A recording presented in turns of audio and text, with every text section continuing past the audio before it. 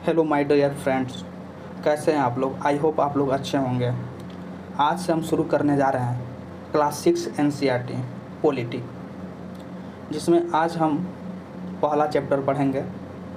पहला चैप्टर पढ़ने से पहले हम भारत का जो संविधान है उसके प्रस्थानों को देखते हैं।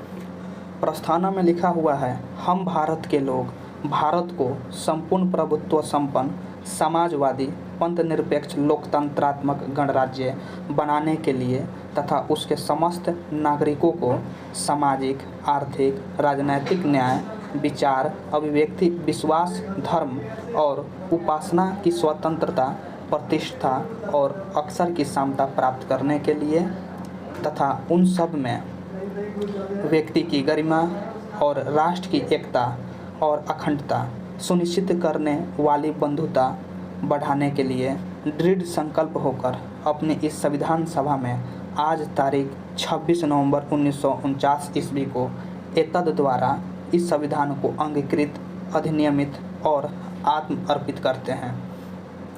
इसी के साथ अब हम शुरू करेंगे अपना पहला चैप्टर। दोस्तों, पहला चैप्टर है विविधता की समझ। इसे समझने से पहले सबसे पहले आप अपने व्यवहारिक जीवन से होकर देखिए। जैसे कि आप हैं और आपका दोस्त है, आप दोनों दोस्त में कुछ ना कुछ अंतर होगा। हो सकता है आप दोनों दोस्त किसी विशेष जाति धर्म से बिलोंग करते हो सकता है कि आपका दोस्त किसी दूसरे जाति से बिलोंग करता हो, धर्म से बिलोंग करता हो, और आप किसी दूसरे जाति धर्म से बिलोंग करते हैं। आपका दोस्त का रहन सहन अलग हो, आपका रहन सहन अलग है। वह कपड़ा दूसरे तरीक़ा से पहनता है, आप कपड़ा दूसरे तरीके से पहनते हैं। यानी कि रहन सहन, पहनावा, खान पान में कुछ ना कुछ अंतर होगा। इसी को तो विविधता कहते हैं भाई। जैसे कि देख लीजिए, यहाँ पे इस चित्र से स्पष्ट आपको हो रहा होगा कि आपका एक फ्रेंड ने मान लीजिए कि यह चित्र बनाया, दूसरा फ्रेंड यह चित्र बनाया और तीसरा फ्रेंड यह चित्र बनाया। अब आप खुद से सोचिए, क्या यह तीनों चित्र सेम है? तो इसका जवाब होगा नहीं, यह तीनों चित्र अलग अलग हैं। यानी कि सबके चित्रकारी करने का, चित्र बनाने का, पेंटिंग करने का तरीका जो है अलग अलग है। तो यही तो विविधता है। आइए अब आगे समझते हैं। यहाँ पे कुछ वही बात है, आपकी उम्र के 3 बच्चे ऊपर दिए गए हैं, चित्र बनाए, वही कहानी टाइप का लिखा हुआ है। इसे आप लोग पढ़ लीजिएगा, खान पान।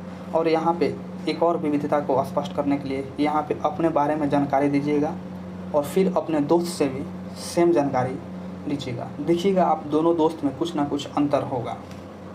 उसी प्रकार से कहानी दिया हुआ है। यह कोई एग्ज़ाम से रिलेटेड कोई महत्वपूर्ण टॉपिक नहीं है, बस अंडरस्टैंडिंग डेवलप करने के लिए, विविधता के लिए यह दिया हुआ है। जैसे कि आप अपने दोस्त में ही देखते होंगे, किसी दोस्त को मैथ पसंद होगा, किसी दोस्त को साइंस पसंद होगा पढ़ना, और किसी को हिंदी पसंद होगा। तो यहाँ पर भी विविधता हमें देखने को मिल रहा है।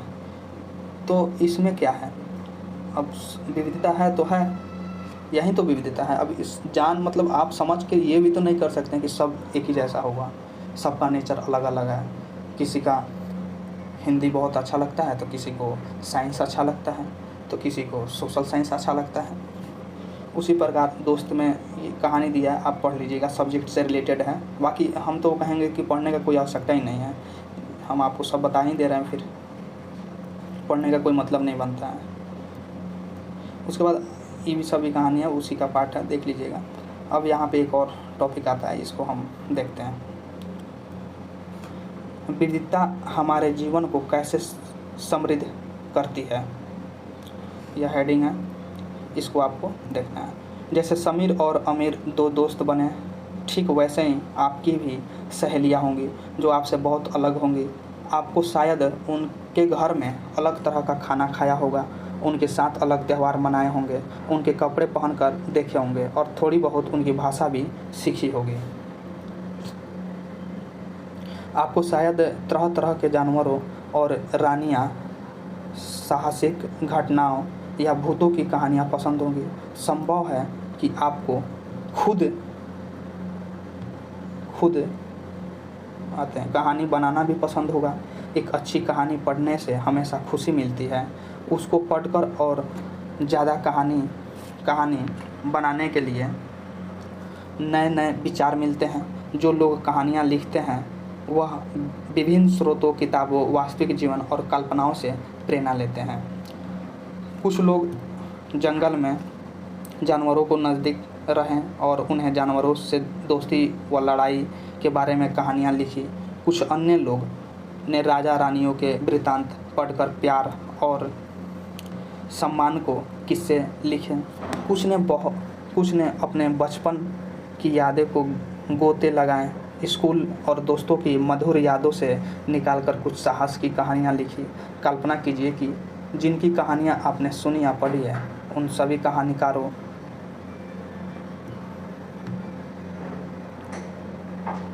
उसके बाद फिर बॉक्स में दिया हुआ है, खुद से आप पढ़ लीजिएगा। मान लीजिए कि आप एक चित्रकार या कहानीकार हैं, इस जगह पर रहते हैं और ऐसी जगह के जीवन पर कहानी लिखी है या चित्र बनाई है कि आप सोचते हैं कि आपको ऐसी जगह में रहने में मज़ा आएगा। उन 5 चीज़ों की सूची बनाइए जिनकी कमी ऐसी जगह में सबसे ज़्यादा खिलेगी। तो पढ़ के देखिएगा आप लोग क्या क्या आपको अनुभव हो रहा है। या कहानी सुनाने वाले को ऐसी जगह पर रहना पड़े जहाँ लोग केवल दो ही रंग के कपड़े पहनते हों, लाल व सफ़ेद। अजीब बात है। एक तरह का खाना खाते हो, शायद आलू। इसमें से बहुत सारे लोग को आलू बिल्कुल पसंद नहीं होगा। जिसको पसंद होगा वो तो सोच रहा होगा चलो सही है। समान रूप से केवल 2 पशु पक्षी को पालते हो, उदाहरण के लिए हिरन और कौवा, और केवल सांप सीढ़ी खेल से अपना मनोरंजन करते हो। ऐसे जगह रहकर वे कैसे कहानियाँ लिख पाएंगे। आप लोग भी शुरू में सांप सीढ़िया का खेल खेले होंगे। अब हम जो इस चैप्टर का सबसे महत्वपूर्ण बोले तो सब हेडिंग है भारत में विविधता। इसे अच्छे से पढ़ेंगे हम। भारत विविधताओं का देश है। जैसे कि आपको पता ही है, भारत में अनेक प्रकार के खान पान, भाषा बोलने वाले, रहन सहन, धर्म, संस्कृति, मान्यताओं को मानने वाले लोग रहते हैं। तो भारत में विविधता तो है ही। तो आइए इसमें देखते हैं भारत में विविधता होने के बाद क्या क्या होता है। भारत में विविधता का देश है। हम विभिन्न भाषाएं बोलते हैं, विभिन्न प्रकार का खाना खाते हैं, अलग अलग त्यौहार मनाते हैं और भिन्न भिन्न धर्मों का पालन करते हैं। लेकिन गहराई से सोचे तो वास्तव में हम एक ही तरह के, जैसे कि यहाँ पे भारत में लोग के विविध तरीके के नीचे लिखे काम करते हैं, उनमें से कुछ तरीके बताए गए हैं और तरीके लिखिए।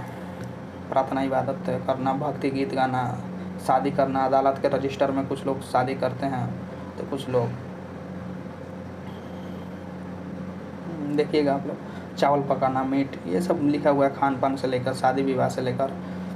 तो वहाँ से जो लाइन छूटा हुआ था यहाँ पे हमने यहाँ तक देखा था, यहाँ पे कि हम एक ही तरह के, उसके बाद कि चीज़ें करते हैं, केवल हमारे करने के तरीके अलग होते हैं। जैसे शादी ब्याह भी कर रहे हैं तो सब धर्म के लोगों का शादी ब्याह करने का तरीका अलग हो सकता है, लेकिन करते तो शादी ही हैं। अब आगे देखेंगे हम विविधता को कैसे समझें। करीब 200 वर्ष पहले जब रेल, हवाई जहाज, बस और कार हमारे जीवन का हिस्सा नहीं थे, तब भी लोग संसार के एक भाग में दूसरे भाग की यात्रा करते थे। वह पानी के जहाज में घोड़े, ऊंट पर बैठ कर जाते या फिर पैदल चलकर जाते थे। अक्सर ये यात्राएं खेती और बसने के लिए नई ज़मीन की तलाश में या फिर व्यापार के लिए की जाती थी। चूँकि यात्रा में बहुत समय लगता था, इसलिए लोग नई जगह पर अक्सर काफ़ी लंबे समय तक ठहर जाते थे। इसके अलावा सूखे और अकाल के कारण भी कई लोग अपना घर बार छोड़ देते थे। उन्हें जब पेट भर खाना तक नहीं मिलता था तो वह नई जगह जाकर बस जाते थे। कुछ लोग काम की तलाश में और कुछ लोग युद्ध के कारण घर छोड़ देते थे। भाई, अपना जीवन यापन करने के लिए कुछ लोग ज़मीन की तलाश में, ताकि वहाँ पे खेती कर सकें, पेट भरने के लिए इधर उधर अपना जाते घूमते फिरते रहते थे। कभी कभी तो ऐसा होता था कि युद्ध के कारण जो है उन्हें घर छोड़ना पड़ता था। लोग लोग जब नई जगह पर बसना शुरू करते थे तो उनके रहन सहन में थोड़ा बदलाव आ जाता था। कुछ चीज़ें वह नई जगह की अपना लेते थे और कुछ चीज़ें में वह पुराने दर्रे पर ही चलते रहते थे। इस तरह उनकी भाषा, भोजन, संगीत, धर्म आदि में नए और पुराने का मिश्रण होता रहता था। उनकी संस्कृति और नई जगह की संस्कृति में आदान प्रदान होता और धीरे धीरे एक मिश्रित यानी कि मिली जुली संस्कृति उभरता।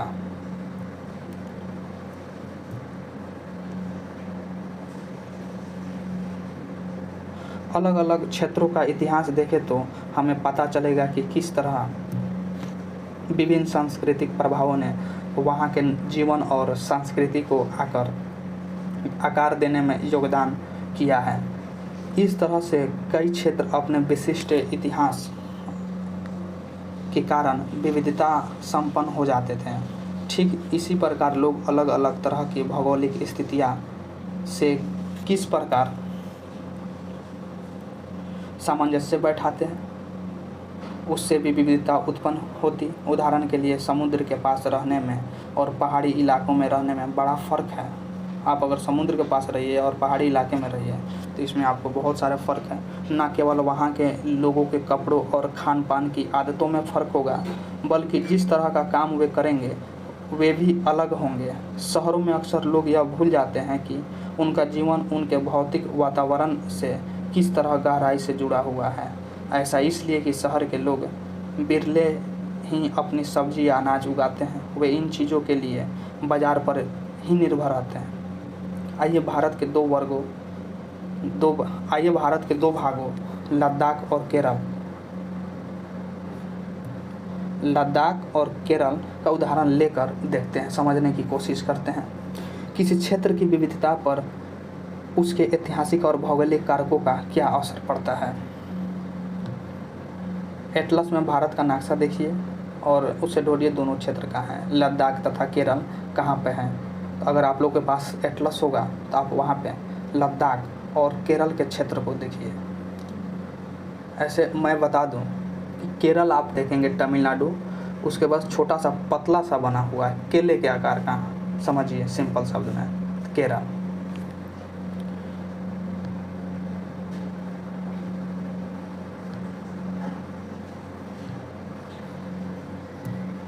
लद्दाख को देखेंगे, लद्दाख जम्मू और कश्मीर के पूर्वी हिस्से में पहाड़ियों में बसा एक रेगिस्तान इलाका है।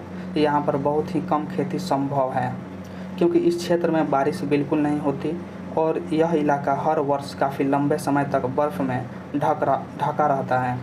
इस क्षेत्र में बहुत ही कम पेड़ उग पाते हैं। पीने के पानी के लिए लोग गर्मी के महीने में पिघलने वाली बर्फ़ पर निर्भर रहते हैं। यहाँ के लोग एक ख़ास किस्म के बकरी पालते हैं जिसमें पश्मीना ऊन मिलता है। बकरी से क्या मिलता है? पश्मीना ऊन। यह ऊन कीमती है, इसलिए पश्मीना शाल बड़ी महंगी होती है। लद्दाख के लोग बड़ी सावधानी से, एक मिनट थोड़ा पतला कर लें, लद्दाख के लोग बड़ी सावधानी से इस ऊन को इकट्ठा करके कश्मीर के व्यापारियों को बेच देते हैं। मुख्यतः कश्मीर के पश्मीना शालों बुनी जाती है। यहाँ के जो लोग हैं दूध से बने पदार्थ जैसे मक्खन, चीज़, खास तरह का छेना होता है एवं मांस खाते हैं। हर एक परिवार के पास कुछ गाय, बकरी और याक होती है। रेगिस्तान होने का एक यह मतलब नहीं कि व्यापारी यहाँ आने के लिए आकर्षित नहीं हुए। बात तो सही है, बहुत सारे व्यापारी वहाँ पे जाने के लिए आज भी उत्साहित रहते हैं। लद्दाख तो व्यापार के लिए एक अच्छा रास्ता माना गया क्योंकि यहाँ कई घाटियाँ हैं जिनसे गुजर कर मध्य एशिया के काफ़िलों उस इलाके में पहुँचते हैं जिसे आज तिब्बत कहते हैं। यह काफ़िले अपने साथ मसाले, कच्चा रेशम, दरिया आदि लेकर चलते हैं। लद्दाख के रास्ते ही बौद्ध धर्म तिब्बत पहुंचा। लद्दाख को छोटा तिब्बत भी कहते हैं। लद्दाख के रास्ते बौद्ध जो है तिब्बत पहुंचा और लद्दाख को ही छोटा तिब्बत कहते हैं। करीब 400 साल पहले यहाँ पर लोगों का इस्लाम धर्म से परिचय हुआ और अब यहाँ अच्छी खासी संख्या में मुसलमान रहते हैं। लद्दाख में गानों और कविताओं का बहुत ही समृद्ध मौखिक संग्रह है। तिब्बत का ग्रंथ केसर साग लद्दाख में काफ़ी प्रचलित है। उसके स्थानीय रूप को मुसलमान और बौद्ध दोनों ही लोग गाते और उस पर नाटक खेलते हैं।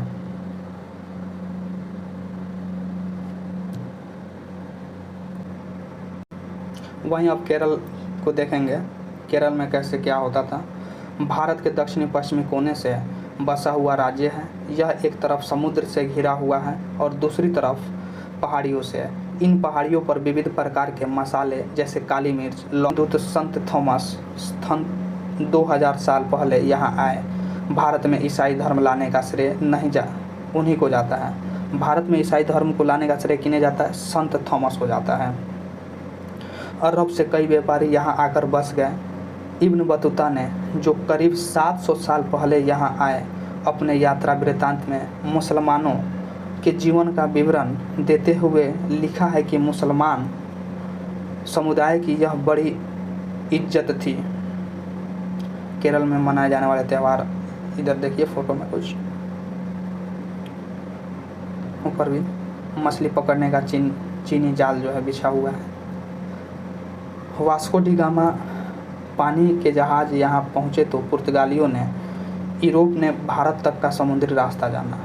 इन सभी ऐतिहासिक प्रभावों के कारण केरल के लोग विभिन्न धर्मों का पालन करते हैं, जिनमें यहूदी, इस्लाम, ईसाई, हिंदू और बौद्ध धर्म शामिल हैं। चीन के व्यापारी भी केरल आए। यहाँ पर मछली पकड़ने के लिए जो जाल इस्तेमाल किए जाते हैं वह चीनी जालों से हूबहू मिलते हैं और उन्हें चीनी वाला कहते हैं। तलने के लिए लोग जो बर्तन इस्तेमाल करते हैं उसे चीना चट्टी कहते हैं। जो तलने के लिए लोग जो है बर्तन का इस्तेमाल करते हैं उसे क्या कहते हैं? चीना चट्टी कहते हैं। इसमें चीन शब्द इस बात की ओर इशारा करता है कि उनकी उत्पत्ति कहाँ हुई होगी। केरल की उपजाऊ जमीन और जलवायु चावल की खेती के लिए बहुत उपयुक्त है। केरल का ज़मीन जो है और जलवायु जो है चावल की खेती के लिए बहुत उपयुक्त है और वहाँ के अधिकतर लोग मछली, सब्जी और चावल खाते हैं। केरल के अधिकतर लोग क्या खाते हैं? मछली, सब्जी और चावल खाते हैं। जहाँ केरल और लद्दाख की भौगोलिक स्थितियाँ एक दूसरे से बिल्कुल अलग है। अभी हमने देखा कि लद्दाख में स्थिति क्या है और केरल में क्या है, तो इसमें पता चलता है कि दोनों का भौगोलिक स्थिति जो है एकदम से अलग है। वहीं हम यह भी देखते हैं कि दोनों क्षेत्र का इतिहास भी एक प्रकार से सांस्कृतिक प्रभाव है। दोनों ही क्षेत्र को चीन और अरब से आने वाले व्यापारियों ने प्रभावित किया। जहां केरल की भौगोलिक स्थिति ने मसाले की खेती संभव बनाई, वहीं लद्दाख के विशेष भौगोलिक स्थिति और उन ने व्यापारियों को अपनी ओर खींचा। इस तरह पता चलता है कि किसी भी क्षेत्र के सांस्कृतिक जीवन उसके इतिहास और भूगोल से प्रायः गहरा रिश्ता होता है। विविध सांस्कृतिक का प्रभाव केवल बीते हुए कल की बात नहीं है, हमारे वर्तमान समय का आधार ही काम के लिए एक जगह से दूसरे जगह जाना है। हर एक कदम के साथ हमारे संस्कृति, रीति रिवाज और जीने का तरीका धीरे धीरे उस नए क्षेत्र का हिस्सा बन जाते हैं। जहां हम पहुंचते हैं ठीक इसी तरह अपने पड़ोस में हम अलग अलग समुदायों के लोगों के साथ रहते हैं। अपने रोज़मर्रा के जीवन में हम अपने रोज़मर्रा के जीवन में मिलजुल कर काम करते हैं और एक दूसरे के रीति रिवाज और परंपराओं में घुल मिल जाते हैं। खिलाफ मिलकर लड़ाई लड़ी थी भारत के। अरे ये आगे का है ना। अब हम देखेंगे भारत में इतना विविधता होने के बाद भी कैसे एकता है। भारत में विभिन्न धर्म के लोग रहते हैं। हिंदू, मुस्लिम, सिख, ईसाई, मुस्लिम, सिख, ईसाई, विभिन्न धर्म समुदाय के लोग रहते हैं। फिर भी इनमें एकता बरकरार कैसे है, आइए जानते हैं। भारत की विविधता या अनेकता को उनकी ताकत का स्रोत माना गया है। जब अंग्रेज़ों का भारत पर राज था तो विभिन्न धर्म, भाषा और क्षेत्र के महिलाओं और पुरुष ने अंग्रेज़ों के खिलाफ मिलकर लड़ाई लड़ी थी। भारत के स्वतंत्रता संग्राम में अलग अलग परिवेशों के लोग शामिल थे। उन्हें एकजुट होकर आंदोलन किया, इकट्ठे जेल गए, सभी धर्म के लोग गए और अंग्रेज़ों का अलग अलग तरीके से विरोध किया। अंग्रेज़ों ने सोचा था कि वह भारत में लोगों को फूट डालकर राज करेगा, लेकिन अंग्रेज़ों का सोचा सपना अधूरा ही रह गया। यहाँ पर तो सभी धर्म, संप्रदाय, विभिन्न भाषा के बोले जाने वाले लोग एकजुट होकर अंग्रेज़ों के विरुद्ध अपना लड़ाई शुरू करते हैं और एक साथ, वो चाहे हिंदू हो, मुस्लिम हो, सिख हो, ईसाई हो, सब जेल जाते हैं। मतलब सब लोगों ने मिलकर ठान ही लिया था कि अंग्रेज़ को अब भारत से खदेड़ देना है। तो यहाँ पे भारत का यह सुंदरता हमें देखने को मिलता है कि विभिन्न धर्म, संप्रदाय, इतना विविधता होने के बावजूद भी हम एकता कैसे रहते हैं, हम एकजुट कैसे रहते हैं। वही सारी बातें यहाँ पे लिखी गई है। आइए अब इसको फिर कंटिन्यू करते हैं। अंग्रेज़ों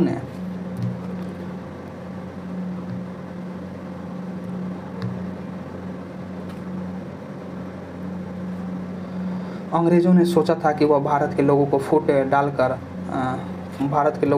डालकर डाल सकते हैं, क्योंकि उनमें काफ़ी विविधताएं हैं और इस तरह का राज चलता रहेगा उनका।